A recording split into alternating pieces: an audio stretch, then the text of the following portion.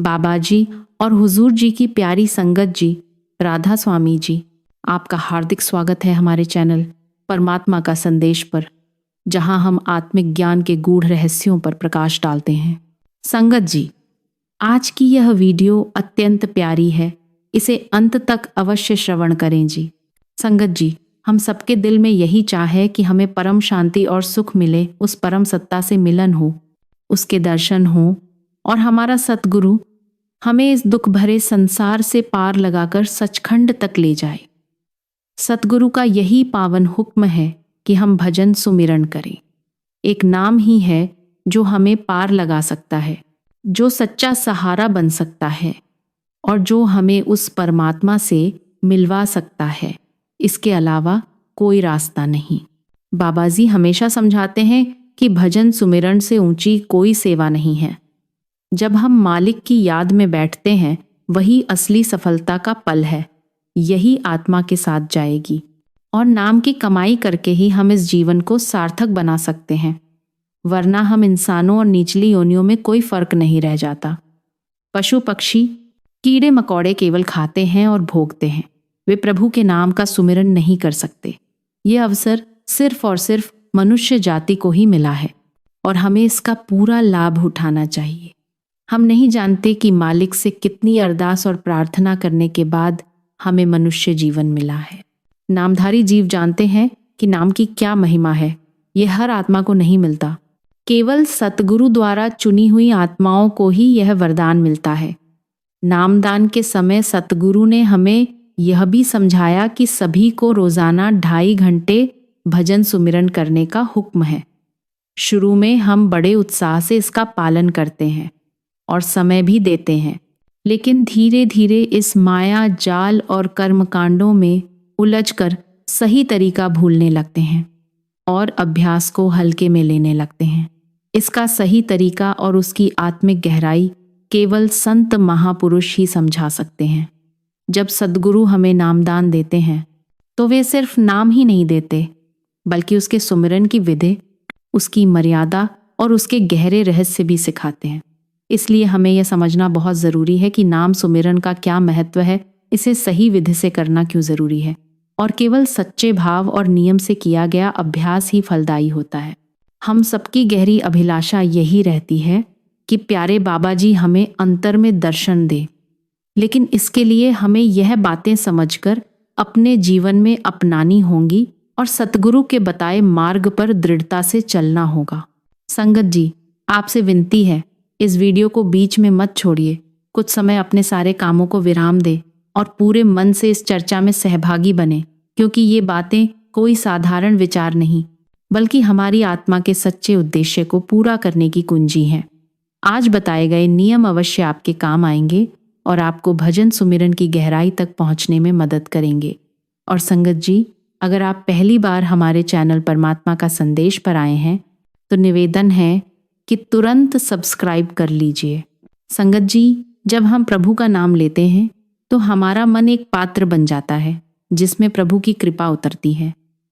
अगर उस पात्र में द्वेष, लालच, क्रोध या किसी भी प्रकार की गंदगी है तो वह कृपा टिक नहीं सकती। इसलिए सबसे पहले अपने मन को निर्मल करना आवश्यक है। जैसे एक साफ शीशे में रोशनी स्पष्ट दिखाई देती है, वैसे ही निर्मल मन में प्रभु का प्रकाश उतरता है। नाम लेने से पहले खुद से यह पूछें, क्या मेरा मन इस समय शांत और पवित्र है? अगर नहीं तो कुछ पल आंखें बंद करें, गहरी सांस लें और भीतर की गंदगी को प्रभु चरणों में समर्पित करें। संगत जी, हमारा भजन सुमिरन का अभ्यास अच्छा हो, इसके लिए सबसे पहली बात जो हमें ध्यान रखनी है वह है मन की शुद्धता। जब तक मन द्वेष, लोभ, अहंकार और क्रोध जैसे विकारों से भरा रहेगा, तब तक सुमिरन केवल जुबान तक ही सीमित रहेगा, आत्मा तक नहीं पहुंचेगा। जैसे धूल से ढका दर्पण अपना प्रतिबिंब नहीं दिखा सकता, वैसे ही एक मलिन मन प्रभु नाम की रोशनी को नहीं देख सकता। इसलिए सच्चे सुमिरन के लिए मन को निर्मल बनाना अनिवार्य है। मन की निर्मलता के बाद जो दूसरी आवश्यक बात है वह है श्रद्धा और विश्वास। सुमिरन को केवल अभ्यास न समझें, बल्कि उसे प्रेम, समर्पण और भरोसे की भावना से करें। जैसे कोई बीज सही मिट्टी, पानी और धूप मिलने पर ही अंकुरित होता है। वैसे ही नाम का बीज भी तब फलता है जब उसे श्रद्धा रूपी मिट्टी और विश्वास रूपी जल मिलता है। अगर हमें अपने ही गुरु, अपने ही प्रयास और अपने ही नाम जप पर संदेह हो तो साधना का फल कैसे मिलेगा? विश्वास वह नींव है जिस पर साधना की पूरी इमारत खड़ी होती है।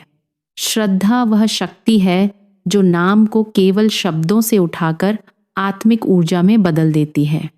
इसलिए संगत जी, जब भी भजन सुमिरन करें तो निर्मल मन, अटूट श्रद्धा और संपूर्ण विश्वास के साथ करें। तभी हम उस रस, उस अनुभव और उस दर्शन के पात्र बन पाएंगे जिसकी चाह हमारे हर भाव, हर सुमिरन में होती है। संगत जी, सुमिरन एक दीनता का अभ्यास है। जब तक मैं का भाव रहेगा तब तक हम प्रभु से एक नहीं हो सकते। मैं को मिटाकर जब हम अपने को सेवक मानते हैं तभी प्रभु की कृपा उतरती है। यह उसी तरह है जैसे झुके हुए पेड़ पर ही फल लगते हैं। संगत जी, अहंकार वह दीवार है जो हमें हमारे प्रभु से अलग कर देती है। मैं कर रहा हूँ, मेरे कारण हुआ, ये भाव सुमिरन की मिठास को समाप्त कर देते हैं। जब हम अपने आप को दास मानते हैं, सेवक मानते हैं, तभी सच्चा प्रेम उपजता है। नाम लेते समय मन में यह भावना रखें कि हे प्रभु, मैं कुछ नहीं, तू ही सब कुछ है। संगत जी, दूसरी सबसे महत्वपूर्ण बात जो हमें ध्यान में रखनी है वह है प्रेम भाव। हमारे सुमिरन की असली आत्मा और उसकी जीवंतता तभी प्रकट होती है जब उसमें प्रेम जुड़ता है। प्रभु को पुकारने का सबसे सच्चा तरीका है प्रेम से भरी हुई पुकार। जैसे एक बच्चा अपनी माँ को पुकारता है, उस पुकार में न कोई बनावट होती है, न कोई छल, बस निश्चल स्नेह और विश्वास होता है, और वही स्नेह सीधे माँ के हृदय तक पहुँचता है। ठीक वैसे ही जब हम प्रभु का नाम उसी सच्चे प्रेम, उसी मासूम पुकार से लेते हैं तो वह पुकार खाली नहीं जाती, वह मालिक के दरबार में ज़रूर सुनी जाती है। बाबाजी अक्सर कहते हैं कि मालिक प्रेम का सागर है। अगर उसे रो रो कर, टूट कर, सच्चे दिल से याद किया जाए तो उसका भरोसा कभी नहीं टूटता। प्रेम से बड़ी कोई ताकत नहीं होती संगत जी। मालिक स्वयं प्रेम है और प्रेम ही मालिक है। यह तब गहराई से समझ में आता है जब हम उसकी याद और नाम में पूरी तरह लीन हो जाते हैं। बाबा जी कहते हैं कि इतना प्रेम होना चाहिए कि नामी और नाम एक हो जाएं। हमारा सुमिरन ऐसा होना चाहिए कि उसमें खुद का भाव ही मिट जाए, बस तू ही तू रह जाए। जब हम भजन करते करते उसके प्रेम और उसकी याद में इतने खो जाएं कि शरीर और दुनिया की सुध ही न रहे, तब समझिए कि सच्चा प्रेम जाग चुका है। बाबा जी बताते हैं कि प्रेम की वह अवस्था होती है जहां हम यह नहीं सोचते कि हमें क्या चाहिए, बल्कि यह सोचते हैं कि सामने वाले को क्या चाहिए। जब हम प्रेम में किसी के लिए बिना किसी अपेक्षा और स्वार्थ के केवल देने के भाव से कुछ करने को तैयार हो जाएं, तो वही सच्चा प्रेम है। संगत जी, अगर हमें अपने बाबा जी से प्रेम है तो उनके हुक्म की पालना यानी भजन सुमिरन हम पूरे प्रेम, श्रद्धा और समर्पण से करेंगे। यही प्रेम भाव हमें नाम से जोड़ता है और नाम के माध्यम से हमें उस प्रेम सागर मालिक से मिलवाता है। प्रेम ही वह तत्व है जो सुमिरन को केवल अभ्यास से ऊपर उठाकर एक आत्मिक अनुभव में बदल देता है। बिना प्रेम के सुमिरन केवल यंत्रवत प्रक्रिया बन जाता है। शब्द तो होते हैं पर उनमें आत्मा नहीं होती। जैसे बच्चे की पुकार शब्दों से ज्यादा भावना होती है, वैसे ही प्रभु नाम का जप भी हृदय और भावनाओं से होना चाहिए। जब सुमिरन करते समय आंखें भीगने लगे, हृदय में कंपन हो और आत्मा किसी अनजानी शुद्ध शांति से भर जाए, तब समझिए कि सुमिरन फल देने लगा है। संगत जी, ऐसा प्रेम भाव ही हमें मालिक से जोड़ने वाला पुल है। वही डोरी है जो आत्मा को उसके मूल से मिलाती है। इसीलिए प्रेम करना सीखें, क्योंकि प्रेम ही हमें परमात्मा के करीब ले जाता है। वही मोह जो बाहरी चीज़ों और संसार से जुड़ा होता है हमें 84 फेर में फंसा देता है। अपने भीतर छिपा नाम रूपी अनमोल खजाना पहचाने और जब वह आपको मिले तो उसे किसी से साझा न करें। यह दिव्य दौलत अत्यंत मूल्यवान है और इसे केवल संत और सद्गुरु की कृपा से ही प्राप्त किया जा सकता है। संगत जी, तीसरी बात जो हमें समझनी है वह है क्षमा भाव रखना। सुमिरन केवल नाम जपना नहीं है, यह आत्मा की गहराई से संवाद करने की प्रक्रिया है जिसमें भीतर झांकना बहुत आवश्यक होता है। जब हम सुमिरन करते हैं तो यह समय होता है अपने आप से ईमानदार होने का, अपने दोषों, अपनी कमियों को स्वीकार कर प्रभु के चरणों में समर्पित करने का। संगत जी, हम सभी से जाने अनजाने में मन, वचन और कर्म से गलतियां होती रहती हैं। जब हम इन त्रुटियों को स्वीकार कर सच्चे मन से मालिक के आगे झुकते हैं और कहते हैं, हे प्रभु, मैं तुझसे क्षमा चाहता हूँ, मेरी भूलों को क्षमा कर और मुझे सच्चे मार्ग पर चला, तब आत्मा पर जो बोझ होता है वो उतरने लगता है। जैसे कोई भारी थैला हम बहुत देर से उठाए हों और अचानक उसे रख देने से हमें राहत महसूस होती है, वैसे ही क्षमा भाव आत्मा को हल्का कर देता है। दिल से निकली प्रार्थना जिसमें पछतावा भी है, प्रेम भी है और सुधार की ललक भी, वह सीधी प्रभु के दरबार में पहुंचती है। यह भाव हृदय को कोमल बनाता है, अहंकार को गलाता है और हमें मालिक के और भी समीप ले आता है, क्योंकि जब हम अपने दोषों को स्वीकार कर लेते हैं तभी मालिक की कृपा से उनके दूर होने की प्रक्रिया भी आरंभ होती है।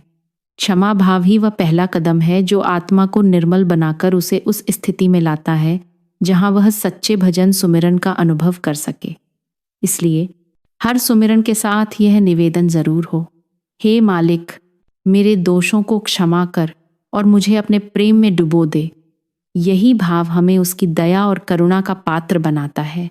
संगत जी, हमें हमेशा प्रभु के चरणों में गहरी दीनता और कृतज्ञता के साथ यह भाव रखना चाहिए, हे प्रभु, मुझ में कोई योग्यता नहीं है, मैं तो सर्वथा असमर्थ हूं। आप ही की दया और कृपा से सब कुछ संभव है। मैं जैसा भी हूं, अच्छा या बुरा, आपका ही हूं। कृपया मुझे क्षमा कर दीजिए। मैंने जीवन में अनेकों पाप और भूलें की हैं, पर अब मैं आपकी शरण चाहता हूं। मुझे अपने चरणों में स्थान दीजिए। संगत जी, प्रभु की शरण में आने की प्रेरणा भी उनकी कृपा से ही जागती है। इसलिए हमें यह भी कहना चाहिए, हे नाथ, आपकी शरण में आने के लिए भी आपकी ही मेहर चाहिए।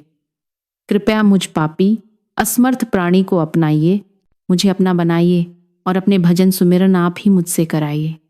जब आत्मा इस भाव से पुकारती है तब प्रभु का दिल पिघलता है और वो अपने उस खोए हुए बच्चे को अपनी गोद में समा लेते हैं। यही भाव सच्चे समर्पण की नींव है, जहां अहंकार नहीं, केवल दया और प्रेम की याचना होती है। संगत जी, चौथी बात जिसका हमें बहुत ध्यान रखना है वह है क्रोध और द्वेष से बचना। जब हम सुमिरन करते हैं तो वह समय आत्मा और परमात्मा के बीच एक पवित्र मिलन का होता है। ऐसे में यदि हमारे मन में किसी के प्रति कटुता, द्वेष या क्रोध भरा हो तो वह सुमिरन की उस पवित्रता को दूषित कर देता है। जैसे एक बूंद गंदा पानी पूरे दूध को खराब कर देता है, वैसे ही क्रोध का एक छोटा सा अंश भी हमारे सुमिरन की सारी ऊर्जा को नष्ट कर सकता है। क्रोधित मन कभी भी स्थिर नहीं रह सकता और सुमिरन के लिए सबसे पहली आवश्यकता ही है एक शांत, स्थिर और निर्मल चित्त। संगत जी, अगर हम चाहते हैं कि सुमिरन फलदायी हो तो हमें दिल से सभी को माफ करना होगा, द्वेष को त्यागना होगा। बाबा जी भी बार बार कहते हैं, जिसने किसी को माफ नहीं किया उसने खुद को माफ नहीं किया। संगत जी, हमें अपने मन की चेतना को भी ऊपर उठाना है। मालिन मन की चेतना कभी ऊपर नहीं उठ सकती। अगर हमारे मन में गंदगी और नकारात्मकता भरी होगी तो हम अपने 6 चक्रों से ऊपर नहीं उठ पाएंगे। हमें अपने आज्ञा चक्र पर ध्यान लगाना है, जिससे हम अपनी ऊर्जा को सकारात्मक और निर्मल बना सकें। यह तभी संभव है जब हमारा मन और चित्त शुद्ध हो, वरना हमारी सुरत, चेतना नीचे ही गिर जाएगी और हम उच्च आध्यात्मिक अनुभव से वंचित रह जाएंगे। इसलिए सुमिरन के दौरान क्रोध और द्वेष को छोड़कर हमें अपने भीतर से इन नकारात्मक भावनाओं को निकाल देना होगा। तभी हम अपनी ऊर्जा को सकारात्मक दिशा में मोड़ सकते हैं और आध्यात्मिक उन्नति के मार्ग पर अग्रसर हो सकते हैं। इसलिए संगत जी, गुस्सा, अशांत मन और इन सब नकारात्मक भावनाओं को छोड़ना पड़ेगा। जब हम अपने मन को शांत करेंगे और इन विकारों से मुक्त होंगे, तभी हमारी साधना सच्चे अर्थों में फलदायी होगी। जब हमारी ऊर्जा शुद्ध और सकारात्मक होती है तभी हमारी चेतना उच्चतम स्तर पर पहुंच सकती है और हम भगवान के समीप जा सकते हैं। संगत जी, क्रोध हमारी बुद्धि को नियंत्रित कर लेता है और इसका गहरा प्रभाव हमारी आत्मा पर पड़ता है। जब हम क्रोध में होते हैं तो हमारी आत्मा गलत कार्यों में उलझ जाती है, जिससे हमें दुख और कष्ट का सामना करना पड़ता है। इसलिए क्रोध, चिंता और अन्य नकारात्मक भावनाओं से बचना बहुत जरूरी है। हमें केवल सिमरन पर ध्यान केंद्रित करना चाहिए और बाकी की सारी चिंता सद्गुरु को सौंप देनी चाहिए। जब हम इस प्रकार अपनी मानसिक स्थिति को संतुलित रखते हैं तब हम आंतरिक शांति और संतोष प्राप्त कर सकते हैं। संगत जी, 5वीं बात जो हमारे सुमिरन को गहरा बना सकती है वह है सुमिरन का स्थान और गोपनीयता। जब हम सुमिरन करते हैं तो उसकी असली शक्ति तब प्रकट होती है जब हम उसे गुप्त रूप से एकांत और शांत स्थान पर करते हैं। जब कोई देख नहीं रहा होता और कोई ध्यान भंग करने वाला नहीं होता, तब हमारे मन और आत्मा को भीतर की ओर खींचने के लिए वातावरण शांति से भर जाता है। अगर हम सुमिरन को केवल दिखावे के लिए करें तो ये हमारे अहंकार को बढ़ावा दे सकता है और वास्तविक साधना से दूर कर सकता है। इस कारण से गुप्त साधना से मन स्थिर होता है, अहंकार घटता है और हमारी आत्मिक अनुभूति और गहरी होती है। संगत जी, सुमिरन के लिए ऐसे स्थान का चयन करना अत्यंत महत्वपूर्ण है जहां शांति हो, ताकि हमारे मन की तरंगें बाहरी आवाज़ों से प्रभावित न हो। जैसे कोई दीपक हवा में नहीं जल सकता, वैसे ही ध्यान अस्थिर वातावरण में गहराई नहीं पकड़ सकता। जब आसपास शांति होगी तभी हमारा मन और चेतना गहरी स्थिति में जा सकते हैं और हम आत्मा की गहराई में उतर पाएंगे। साधना एक अत्यंत व्यक्तिगत और अंतरंग प्रक्रिया है। यह केवल हमारे और प्रभु के बीच का संवाद होता है। अगर हम इसे दिखावे में बदल देते हैं तो यह एक प्रदर्शन बनकर रह जाता है और उसकी गहराई खो जाती है। सच्चा सुमिरन हमेशा अंतर से होता है। उसे चुपचाप और गुप्त रूप से करना ही सबसे श्रेष्ठ है। प्रभु से जुड़ने की यात्रा केवल भीतर की यात्रा होती है, इसका कोई बाहरी प्रमाण नहीं चाहिए। यह एक व्यक्तिगत अनुभव है और इसे दुनिया की नज़रों से दूर रखना ही इसे सजीव और प्रभावी बनाता है। इसलिए संगत जी, हमें सुमिरन के दौरान इसे दिखावे के लिए नहीं बल्कि केवल प्रभु के साथ अपने संबंध को प्रगाढ़ करने के लिए करना चाहिए। जब हम अपनी साधना को गोपनीय और गुप्त रखते हैं तो हमारी साधना की शक्ति और गहराई दोनों ही बढ़ती हैं। संगत जी, अब यह समझना बहुत ज़रूरी है कि कौन सा समय भजन सुमिरन के लिए सबसे अच्छा है। वैसे तो बाबा जी ने नामदान के समय हमें समझाया था और सत्संगों में भी अक्सर ये कहते हैं कि भजन सुमिरन का कोई विशेष समय नहीं होता। जब भी आपको अच्छा लगे आप खुशी खुशी सिमरन में बैठ सकते हैं। संत सद्गुरु हमेशा हमें यह समझाते हैं कि मन के साथ जबरदस्ती नहीं करनी है। मन को धीरे धीरे सुमिरन में लगाना है ताकि वह इसे बोझ न समझे। जब मन को सुमिरन में रस आने लगेगा तब वह हर समय सुमिरन के लिए तैयार रहेगा, क्योंकि अमृत एक बार चख लेने के बाद मन उस ओर स्वाभाविक रूप से आकर्षित हो जाता है। लेकिन जब मन सिमरन में थोड़ा थोड़ा टिकने लगे तो एक नियमित समय तय करना जरूरी है। जैसे शरीर को दिनचर्या की आदत होती है, वैसे ही मन को भी अनुशासन की आदत डालना जरूरी है। जब आप रोज एक निश्चित समय पर सुमिरन करते हैं तो मन स्वयं उस समय शांत हो जाता है। यह अभ्यास की ताकत है। संगत जी, जिस प्रकार सूरज रोज एक नियत समय पर उगता है, वैसे ही हमें भी सुमिरन को अपने जीवन का नियमित हिस्सा बनाना चाहिए। ब्रह्म मुहूर्त में सिमरन करें। सुबह 3 से 5, 30 बजे का समय ब्रह्म मुहूर्त कहलाता है। यह समय विशेष रूप से मन और वातावरण दोनों की शांति का होता है। इस समय सुमिरन करने से आत्मा जल्दी प्रभु से जुड़ती है, क्योंकि इस समय वातावरण में आध्यात्मिक ऊर्जा अधिक होती है और मन स्वतः ही शांत रहता है। यह समय जैसे एक खिड़की है जो रूह को ऊपर उठने का आमंत्रण देती है। ब्रह्म मुहूर्त में किया गया सुमिरन दिन भर का आधार बन जाता है और ये हमारे दिन की शुरुआत को आध्यात्मिक रूप से मजबूत और शांत बनाता है। इसलिए संगत जी, जब आप नियमित रूप से सुमिरन करते हैं तो आपका मन उस समय में स्वाभाविक रूप से शांत हो जाता है और यह समय आत्मा के लिए परम लाभकारी होता है। संगत जी, अब अगली बात जो जरूरी है समझना, वह है भजन सुमिरन को गहरा बनाने के लिए सही तरीका क्या है बैठने का। सुमिरन की विधि को सही तरीके से करना भी उतना ही महत्वपूर्ण है जितना कि सुमिरन करना। शरीर की स्थिति का मन पर गहरा प्रभाव पड़ता है। अगर शरीर असहज है तो ध्यान भटकता है और सुमिरन में एकाग्रता नहीं बन पाती। इसलिए जो भी मुद्रा आपको सहज लगे, सुखासन, सिद्धासन या पद्मासन, उसमें बैठना चाहिए। इस दौरान पीठ को सीधा रखें, हाथ गोदी में रखें और आंखें बंद कर लें। इससे मन स्थिर रहता है और सुमिरन में एकाग्रता बढ़ती है। सुमिरन करते समय शरीर को स्थिर और सीधा रखना जरूरी है। पीठ सीधी होनी चाहिए ताकि शरीर में ऊर्जा का प्रवाह अवरोध रहित हो। जब हम सिद्धासन, सुखासन या पद्मासन में बैठते हैं तो यह शरीर को स्थिर करता है और मन को भी स्थिर रखता है। इन आसनों में बैठने से सुमिरन का अनुभव और भी गहरा होता है। आंखें बंद करें। बाहरी दुनिया से आंखें बंद करने का अर्थ है भीतर की यात्रा शुरू करना।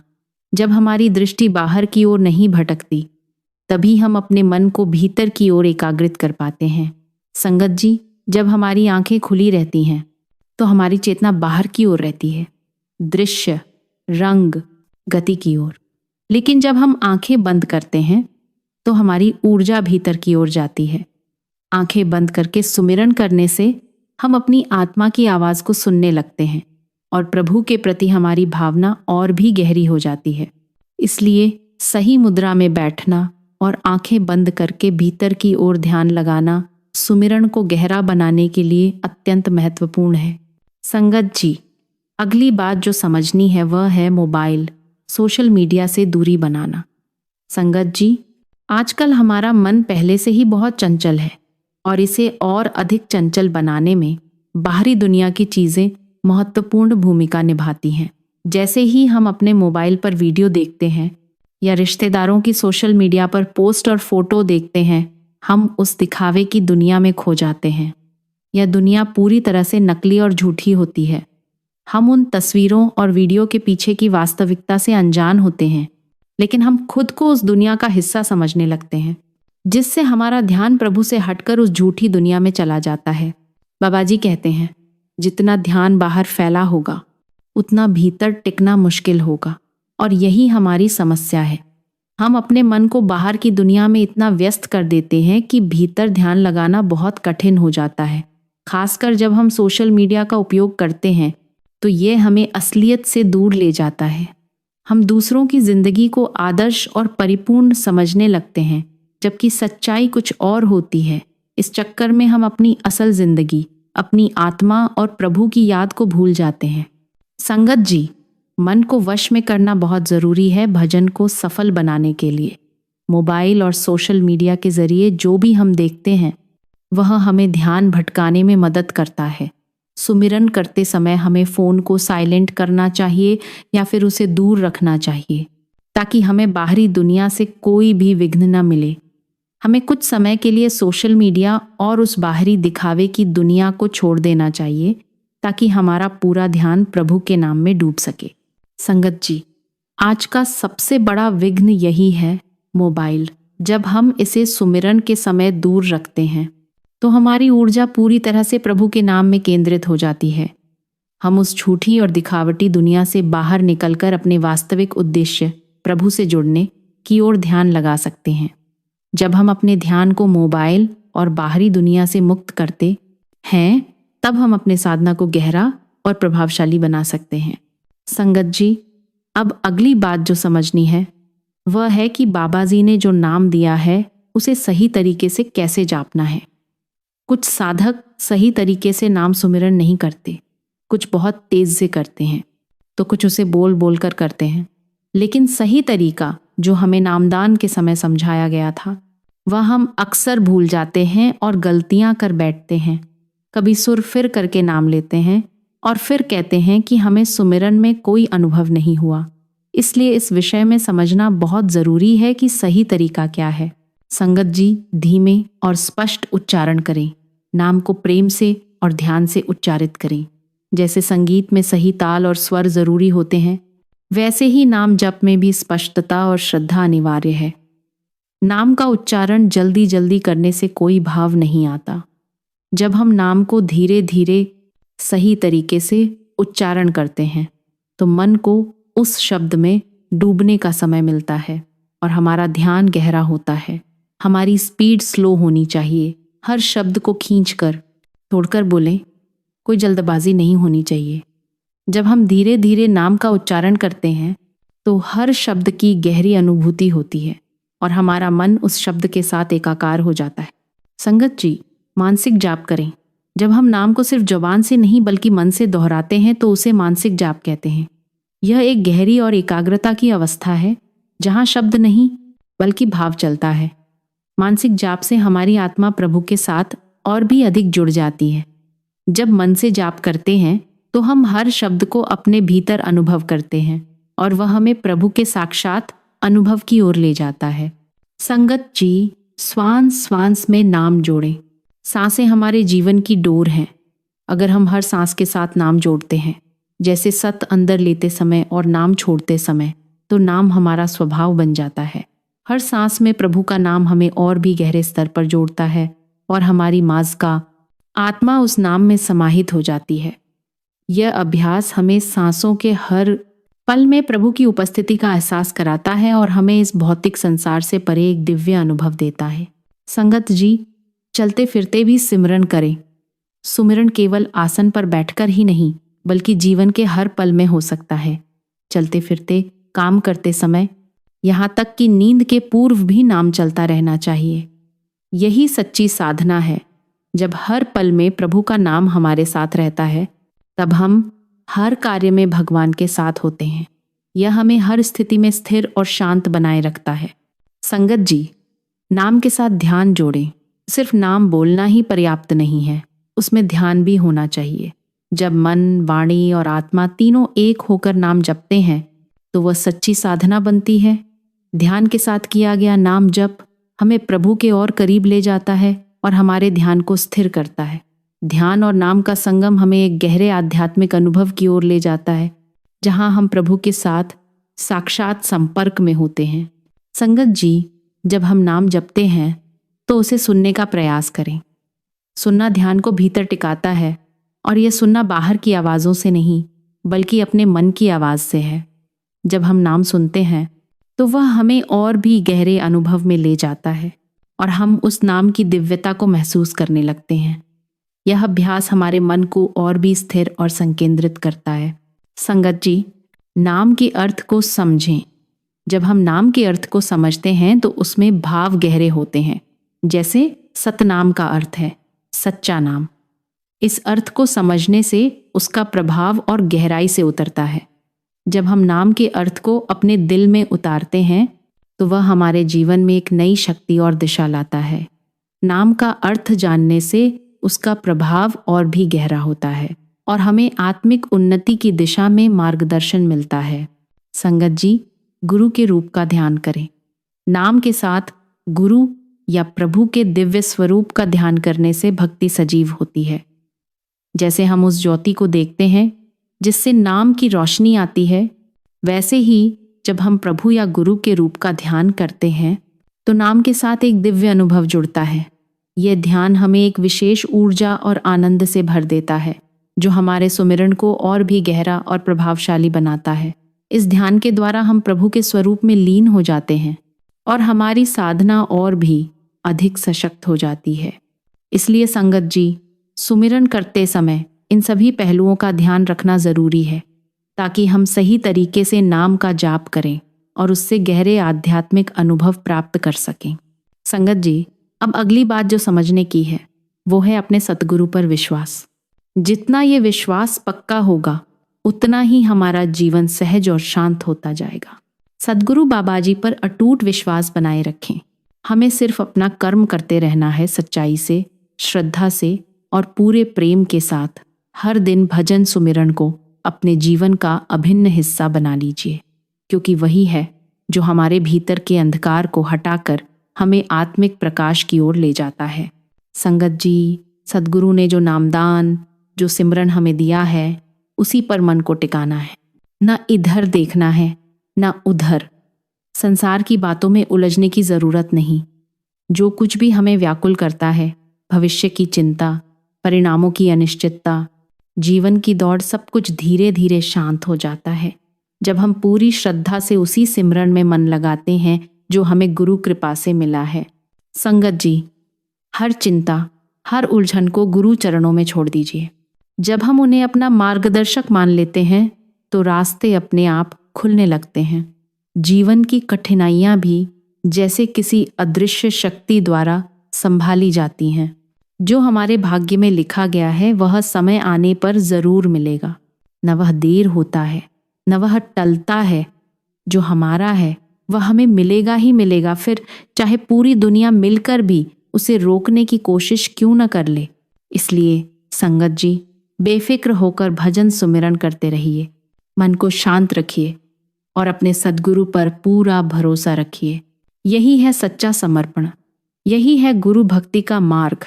संगत जी, अब अगली सबसे महत्वपूर्ण बात जिस पर ध्यान रखना है वह है आध्यात्मिक अनुभवों को गुप्त रखें। आध्यात्मिक अनुभूतियां बहुत ही कोमल और निजी होती हैं। ये अनुभव किसी साधक के जीवन में तब आते हैं जब उसका मन और आत्मा गहरे स्तर पर प्रभु या गुरु से जुड़ते हैं। ये अनुभव अत्यधिक सुकून देने वाले और जीवन को एक नई दिशा देने वाले होते हैं। लेकिन इनका महत्व सिर्फ उस साधक के लिए होता है जो इन्हें अनुभव करता है। इन अनुभवों को किसी से बांटने से उनका प्रभाव और शक्ति कम हो सकती है। जैसे एक प्यारी खुशबू जो बोतल में बंद रहती है, वही महक सबसे अधिक टिकती है। वैसे ही आध्यात्मिक अनुभवों का असर तभी तक रहता है जब तक हम इन्हें शांत और गुप्त रखते हैं। संगत जी, जब हम इन अनुभवों को साझा करते हैं तो कभी कभी ये दूसरों के विचारों और धारणा से प्रभावित हो सकते हैं और तब हम अपने अनुभव की शुद्धता और गहराई को खो सकते हैं। एक साधक के लिए यह आवश्यक है कि वह अपनी आध्यात्मिक यात्रा और अनुभवों को अपनी आत्मा की गहरी पूंजी के रूप में संजोकर रखे। जब हम इन अनुभवों को सहेज कर रखते हैं तो ये हमारे जीवन के मार्ग को और भी स्पष्ट और सशक्त बनाते हैं। आध्यात्मिक अनुभव किसी खजाने से कम नहीं होते। जैसे कोई अमूल्य रत्न को सुरक्षित स्थान पर रखा जाता है, वैसे ही हमें अपने आध्यात्मिक अनुभवों को भी उसी तरह सुरक्षित रखना चाहिए। जब हम इन अनुभवों को गुप्त रखते हैं तो वे हमारी आत्मिक उन्नति का मार्ग प्रशस्त करते हैं और हमें प्रभु के साथ गहरे संबंध की अनुभूति कराते हैं। इसलिए संगत जी, इन आध्यात्मिक अनुभवों को गुप्त रखें, अपनी अंतरात्मा में उनकी महत्ता को समझें और उन्हें किसी बाहरी दबाव या प्रभाव से बचाकर रखें। यही सबसे उत्तम तरीका है इन अनुभवों को सहेजने का और उन्हें अपनी आत्मिक पूंजी के रूप में इस्तेमाल करने का। संगत जी, सत्संग, सेवा और भजन सिमरन, ये 3 सबसे ज़रूरी चीज़ें हैं जो हमारी आध्यात्मिक यात्रा को आगे बढ़ाने में महत्वपूर्ण भूमिका निभाती हैं। इन तीनों का सही रूप से अभ्यास करने से हमारी आत्मा परमात्मा के करीब पहुंचती है। लेकिन ध्यान रखें, बिना प्रभु की कृपा के सत्संग की प्राप्ति नहीं होती। सत्संग वही होता है जो हमारे प्रभु या गुरु की कृपा से होता है, क्योंकि वह हमें सही दिशा दिखाता है और हमारे जीवन को दिव्य प्रकाश से रोशन करता है। इसके साथ साथ सेवा से दया, प्रेम और विनम्रता उत्पन्न होती है जो हमारे भीतर अहंकार को समाप्त कर देती है और हमें अपने मन को सच्चे मार्ग पर चलने के लिए प्रेरित करती है।